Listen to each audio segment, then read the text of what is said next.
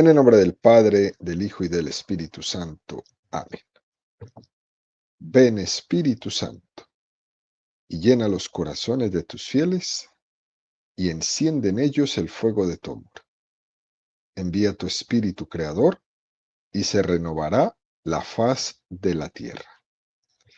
Estamos estudiando el Catecismo de la Iglesia Católica, su tercera parte, la vida en Cristo. Segunda sesión, los 10 mandamientos. Capítulo primero. Amarás al Señor tu Dios con todo tu corazón, con toda tu alma y con todas tus fuerzas. Artículo segundo. El segundo mandamiento. No tomarás en falso el nombre del Señor tu Dios. Se dijo a los antepasados, no perjurarás, pues yo os digo que no juréis en modo alguno. Continuamos subiendo el monte Sinaí de la mano de Moisés a recibir los 10 mandamientos. Son 2.285 metros que mide el monte Sinaí.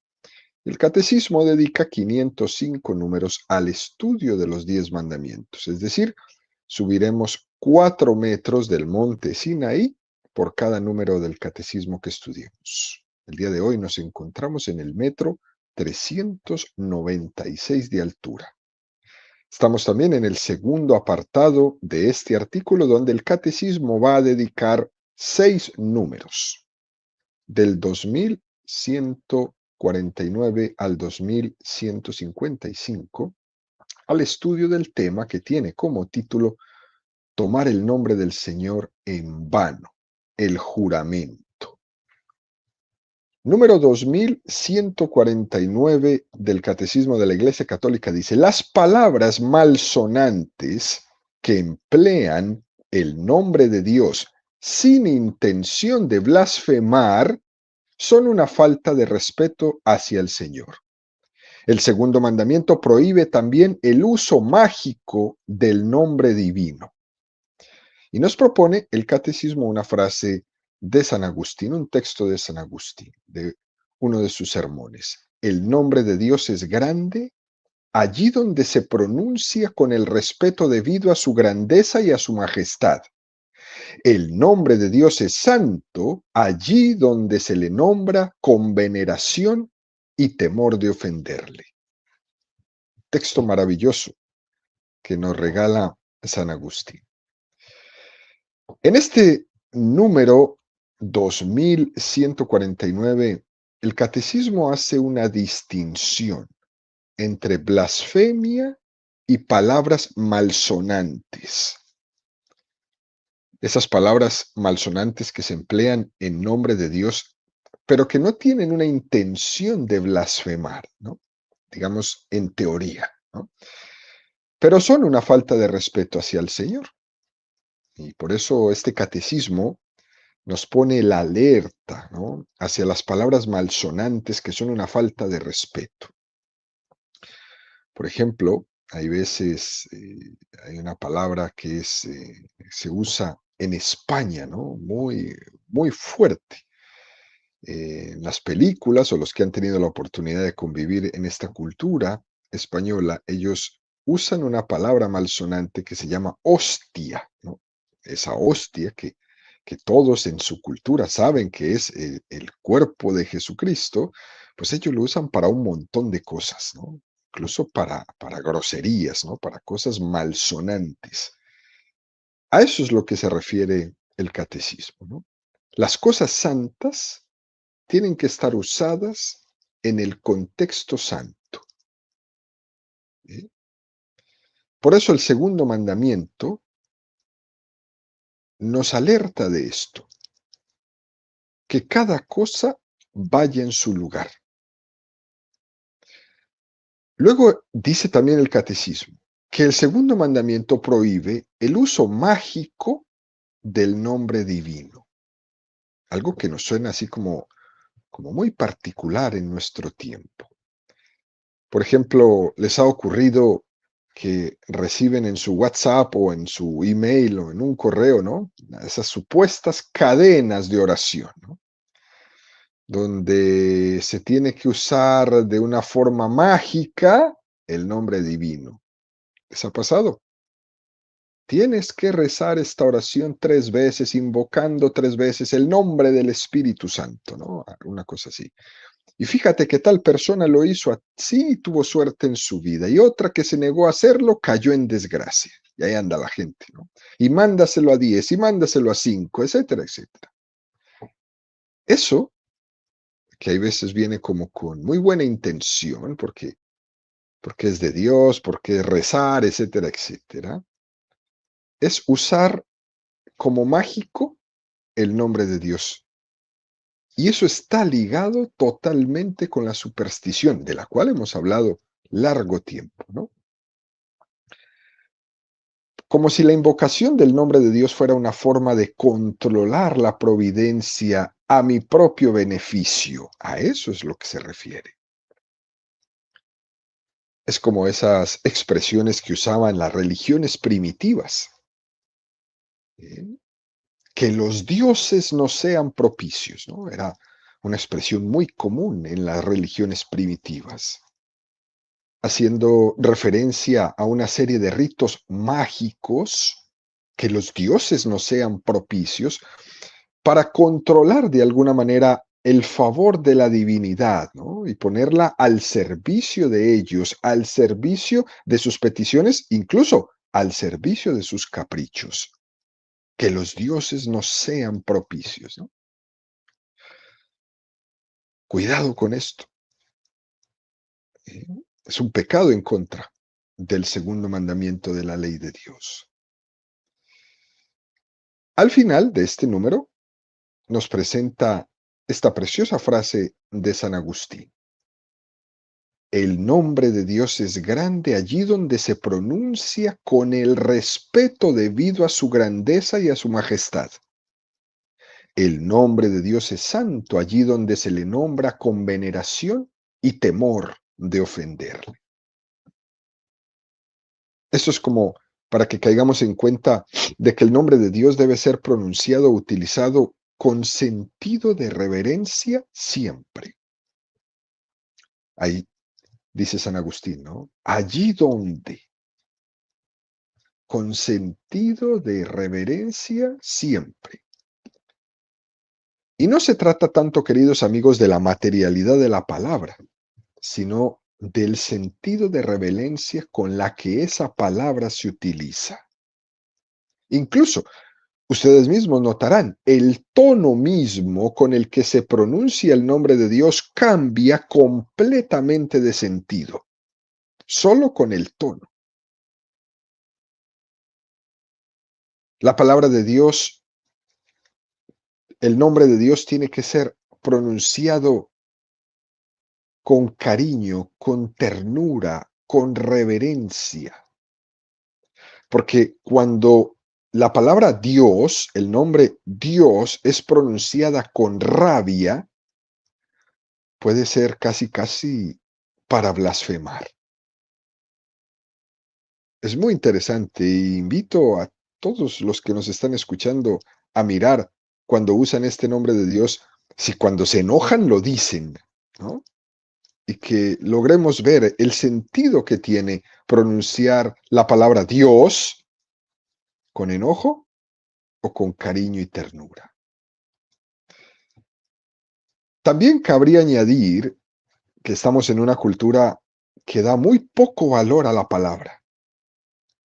Y es importante que seamos educados en el sentido del respeto de las palabras que utilizamos,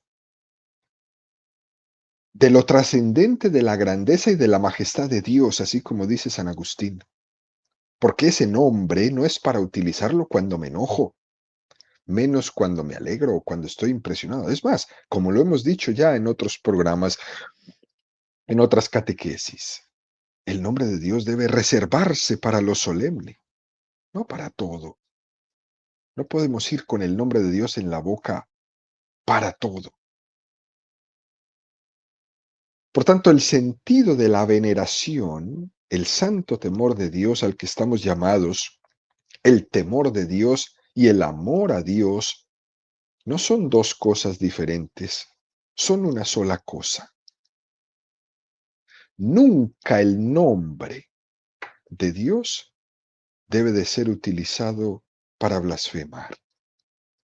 Y esto le da al hombre una tremenda posición delante de su Creador. Fíjense, queridos amigos, nunca el hombre es más grande como cuando alaba a Dios y le reconoce.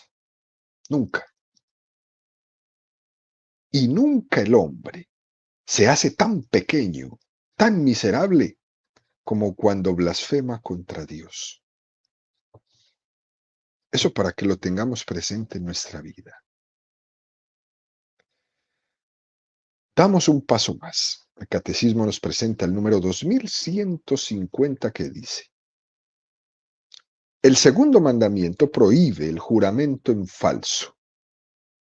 Hacer juramento o jurar es tomar a Dios por testigo de lo que se afirma.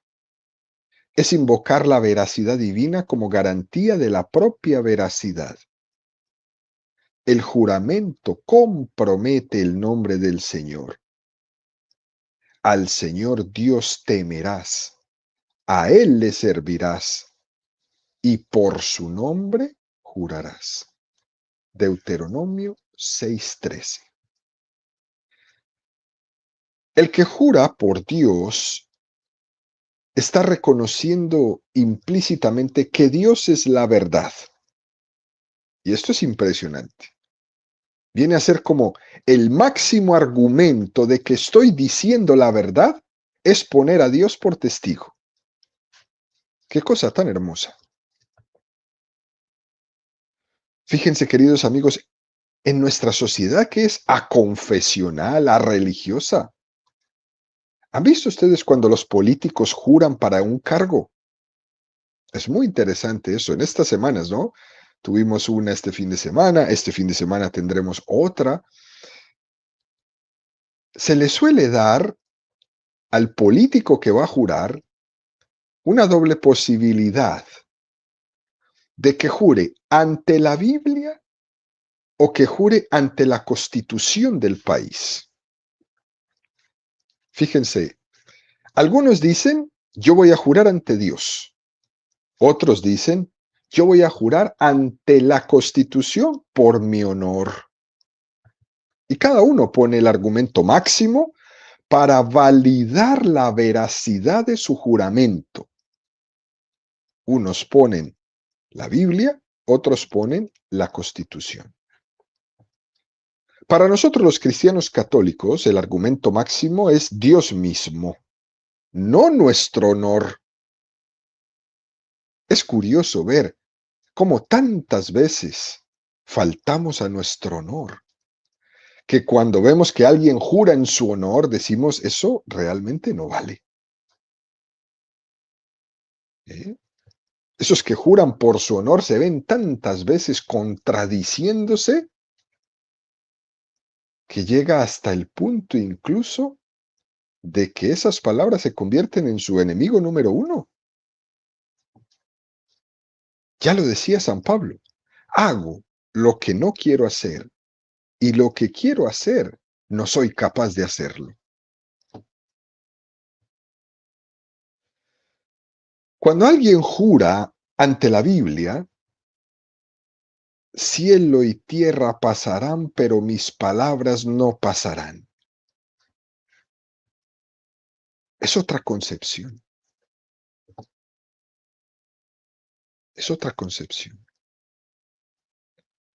Fíjense, queridos amigos, es muy curioso ver cómo cuando nos acercamos a la historia de los mártires, a los mártires se les había dado la posibilidad de salvar la vida si ofrecían culto al emperador o a uno de sus dioses. Se les dio la oportunidad. Incluso se decía, no elijas a todos nuestros dioses, escoge solo uno. Y uno piensa, ¿no?, que ante esa situación se podía haber buscado como alguna solución. Algo así como decir, ¿no? Aquel mártir que no quería perder su vida ahí, pero que tampoco quería ser infiel a Dios, él podría pensar, ¿no? Yo en mi interior creo en Dios. Y lo importante es mi intención. Y como me están obligando a ofrecer este sacrificio al César o a uno de sus dioses, yo lo voy a ofrecer por fuera. Pero por dentro creo profundamente en que Dios es mi único Dios. Uno podría pensar eso, ¿no? Pero eso sería una mala tentación. Es una gran tentación. ¿Por qué? Pues porque uno podría decir, aquí lo que importa es solo mi interioridad, la intención de mi corazón. No hay que darle demasiada importancia a la palabra, porque lo que importa es mi intención. Y eso es un grave error.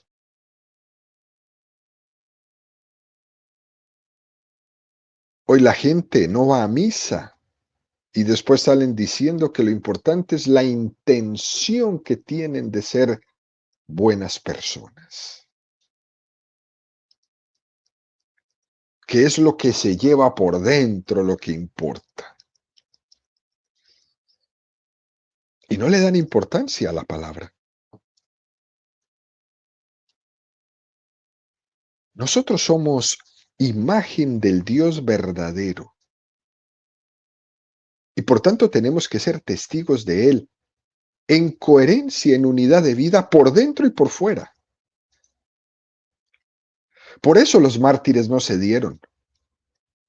Ante la tentación de decir, mira, tú haz aquí una mímica de que estás adorando su Dios y ya con eso salvas tu vida y te vas. De hecho, a los que hacían eso, los mismos cristianos les llamaban lapsis, como traidores, y no podían ir a la comunidad cristiana porque habían rechazado, habían blasfemado, habían adorado a otro Dios, aunque hubiera sido por fuera. Nosotros somos imagen del Dios verdadero, testigos de Él, por dentro y por fuera. Fíjense, queridos, que cuando nosotros los católicos oramos esa preciosa oración del yo pecador al inicio de la celebración eucarística, nosotros decimos que nos arrepentimos de pecar de pensamiento, palabra, obra y omisión. Fíjese que por dentro y por fuera. No solamente decimos que nos arrepentimos de haber pecado de pensamiento, tampoco decimos solo de palabra, tampoco decimos solo de obra, tampoco decimos solo de omisión. Las cuatro cosas van juntas: pensamiento, palabra, obra y omisión. Es decir, el hombre entero, con sus distintas formas de pecar contra Dios. Estamos manifestando con eso nuestra unidad interior ante Dios. El hombre completo que se presenta ante Dios como un pecador. Porque somos conscientes de que el hombre no se puede dividir, de que somos una unidad, que estamos llamados a ser testigos del Dios verdadero en el pensamiento, en la palabra, en la obra, y no dejar de hacer lo que Dios nos pide pecando de omisión. Hacer lo que tengo que hacer.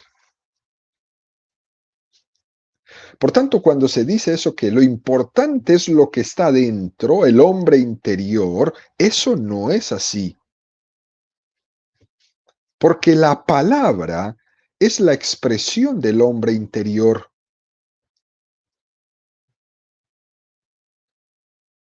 Y nosotros somos una unidad, por dentro y por fuera. Y cuando eso no es así, entonces estamos enfermos. Hay una disociación en nosotros y necesitamos atendernos clínicamente. Hay una gran disociación, hay un gran problema, hay una vida quizás enferma. Por eso, en el segundo mandamiento se prohíbe el juramento en falso, porque nuestra palabra en el juramento se remite a la veracidad de Dios. Por eso no juro en falso. Damos un paso más, ¿no? El catecismo nos propone el número 2151 que dice: la reprobación del juramento en falso es un deber para con Dios, como Creador y Señor. Dios es la norma de toda verdad. La palabra humana está de acuerdo o en oposición con Dios, que es la verdad misma. El juramento, cuando es veraz y legítimo, pone de relieve la relación de la palabra humana con la verdad de Dios. El falso juramento invoca a Dios como testigo de una mentira. Qué fuerte esto, ya lo hemos hablado en otras catequesis. Ya es bastante significativo el hecho de que en esta época en la que nosotros vivimos estamos impregnados de esta cultura del relativismo, donde el relativismo nos dice que ellos no son muy proclives a darle importancia a la palabra. No hay importancia al juramento. ¿eh? Porque para los relativistas no hay una verdad absoluta. Eso es lo que afirma el relativismo. No hay una verdad absoluta. Todo es relativo. Y de ahí se deriva el que la palabra pierda toda autoridad. Es muy interesante esto. Incluso ya hemos llegado a tanto que ya ni siquiera juramos de palabra, sino que lo hacemos en un papel, firmamos el papel y ya incluso el papel no vale.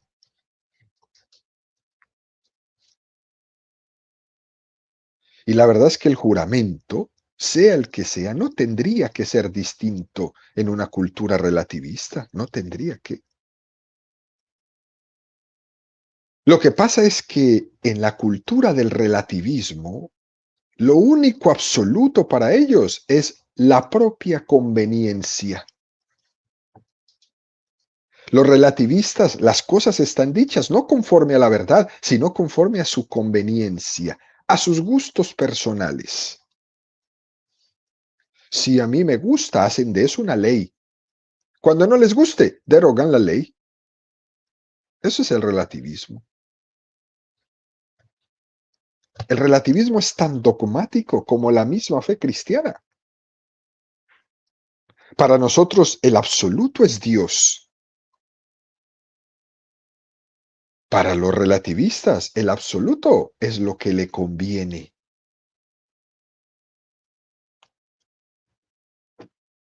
Por eso cuando curiosamente se presenta el relativismo como una especie de filosofía de la libertad, realmente lo que le están proponiendo al hombre moderno es una dictadura del relativismo para que se eche a perder. Es la dictadura de lo que me conviene, de lo que me interesa, de lo que me gusta, hasta cuando me guste. Después de ahí, sales de ello y tomas otra. Por eso vamos de ideología en ideología en ideología. Han visto que las ideologías de hoy no duran 10 años. No duran 10 años. Dentro de 10 años va a llegar otro a decir otra cosa y ahí vamos como borregos detrás. Dale, que dale, que dale. Porque me conviene, porque me gusta, porque es la moda, porque me interesa y se acabó. Hasta cuando ya no me interese. Y entonces el catecismo aquí, queridos amigos, nos hace referencia a un número que ya estudiamos muy al inicio, ¿no? En la primera parte del catecismo, el número 215, que habla sobre la verdad. Y dice, es verdad el principio de tu palabra por siempre, todos tus justos juicios. Salmo 119. Ahora, mi Señor Dios, tú eres Dios, tus palabras son verdad. Segunda de Samuel 7:28. Por eso las promesas de Dios se realizan siempre. Deuteronomio 7:9. Dios es la verdad misma. Sus palabras no pueden engañar. Por ello el hombre se puede entregar con toda confianza a la verdad y a la fidelidad de la palabra de Dios en todas las cosas. El comienzo del pecado y de la caída del hombre fue una mentira del tentador que indujo a dudar de la palabra de Dios, de su benevolencia y de su fidelidad. Es un número precioso este 215. Ojalá algún día volviéramos a ir sobre él, ¿no? Es un canto a la veracidad de Dios. Como lo dijo al inicio el Salmo 119, es verdad el principio de tu palabra por siempre, todos tus justos juicios. Dios es verdad. Y nosotros los católicos, cuando leemos la palabra de Dios, la leemos con este sentido de veracidad. Nosotros no podemos equivocar, no nos podemos equivocar, porque la palabra de Dios nos ha sido revelada sin error. La palabra de Dios nos ha sido revelada en toda fidelidad y ella es fiel a sí misma.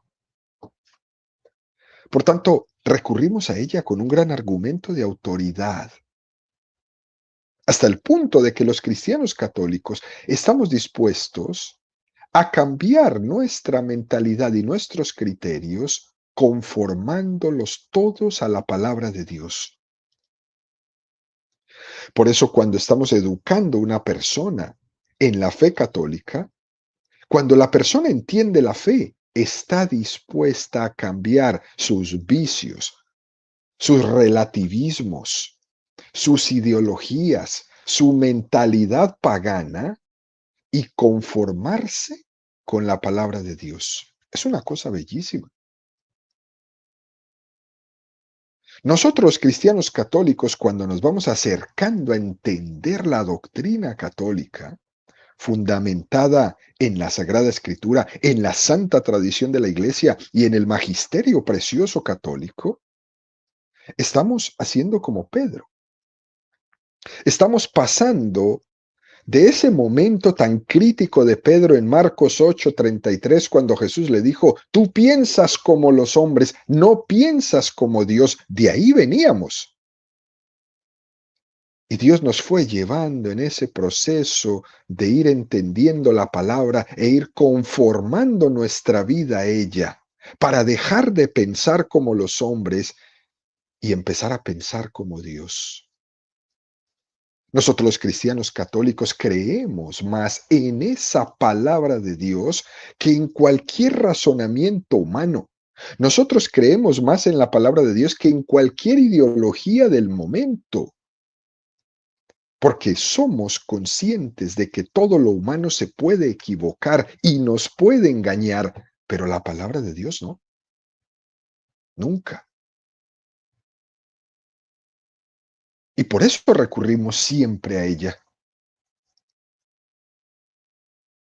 Y por eso estudiamos el catecismo, porque es una excelente manera de estudiar la palabra de Dios. Nunca en ninguna catequesis quedamos del catecismo. Nos quedamos sin los textos bíblicos a montones. Luego, el catecismo termina este número diciendo, el juramento, cuando es veraz y legítimo, pone de relieve la relación de la palabra humana con la verdad de Dios. Qué cosa tan bella. Hay una relación muy estrecha entre la palabra humana y la palabra de Dios, porque Dios ha hablado con palabras humanas. Dios no nos ha hablado en un lenguaje ininteligible, Él ha hablado mi lengua. Qué regalo tan grande ha hecho Dios con nosotros. Por tanto, queridos amigos, Dios que ha hecho esto, nosotros no debemos manchar el lenguaje utilizándolo mal en contra de Dios. Nosotros no debemos manchar el lenguaje que el mismo Dios ha utilizado para blasfemar. El que se hizo carne y habitó entre nosotros y habló como nosotros. Nosotros debemos cuidar eso que Dios ha utilizado para comunicarse con nosotros, que es la palabra. Terminamos con el último número que nos propone el catecismo en este día, queridos amigos, el número 2152, que dice: el perjuro, quien bajo juramento hace una promesa que no tiene intención de cumplir, o que después de haber prometido bajo juramento no mantiene, el perjurio constituye una grave falta de respeto hacia el Señor, que es dueño de toda palabra. Compromete mediante juramento a hacer una obra mala, es contrario a la santidad del nombre divino. Qué número tan claro este del catecismo.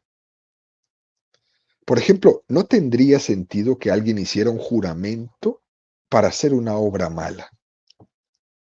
Pero ¿cuántas veces se usa? Fíjense, personas que dicen: te juro que lo mato. Imagínate tú, jurar para hacer un mal. Es una contradicción. Sería apoyarse en la autoridad de Dios para hacer algo en contra de la santidad de Dios. Por eso es tan importante tener presente que Dios es verdad y también tener presente que Dios es santo. Por ejemplo, ha existido en algunos momentos de la historia, por ejemplo, en la Edad Media, había un sentido muy fuerte de la veracidad en la palabra, mucho más fuerte del que tenemos hoy, ¿no? Y si ustedes en las películas, por ahí, en las novelas han leído, algunos señores medievales se retaban unos a otros para tener un combate a muerte. Y lo más curioso es que antes del combate ellos ofrecían misas y rezaban por la otra persona a las que habían jurado por Dios que iban a matar. Imagínese usted, yo rezando por el que voy a ir a matar. Es una contradicción.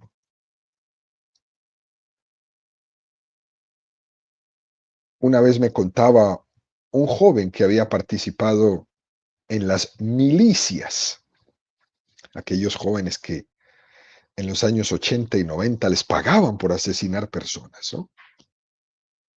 Que él iba y compraba un rosario, y ese rosario lo amarraba en la pistola que iba a usar para matar a tal persona. Esa oración era para que tuviera buena puntería. Cuando mataba a la persona, quitaba el rosario del arma y iba al santuario de la Virgen. Me acuerdo que ese santuario se llama el Santuario de Sabaneta, y depositaba a los pies de la Virgen el rosario. Es una Virgen donde hay muchísimos rosarios. En los tiempos de la violencia, eso se puso muy, muy común. Pero ¿cómo es posible hacer eso? Suena raro, ¿cierto? Voy a rezar por el que voy a ir a matar. Por tanto, queridos amigos, aquí hay que poner muchísimo cuidado.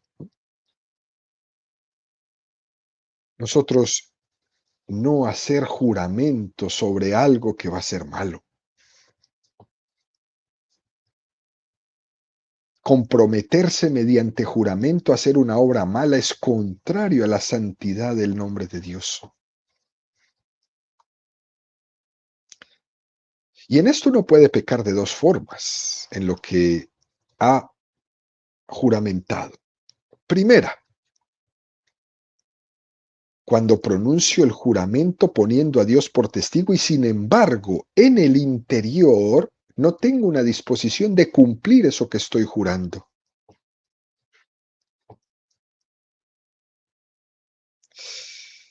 Esto suena muy raro, pero pasa. Hay personas que pueden estar en el momento de su matrimonio casándose e interiormente diciendo, no quiero hacer esto, pero está jurando hacerlo. Y por dentro está pensando que no. Es decir, no tengo una disposición interior, entonces, ¿por qué lo estás haciendo? Es un pecado grave. Cuando pronuncias un juramento poniendo a Dios por testigo y sin embargo en tu interior no hay una disposición de cumplir eso que estás jurando. También hay una segunda forma de pecar en cuanto al juramento. Cuando pronuncias un juramento poniendo a Dios por testigo con intención de cumplirlo, pero luego no lo cumples.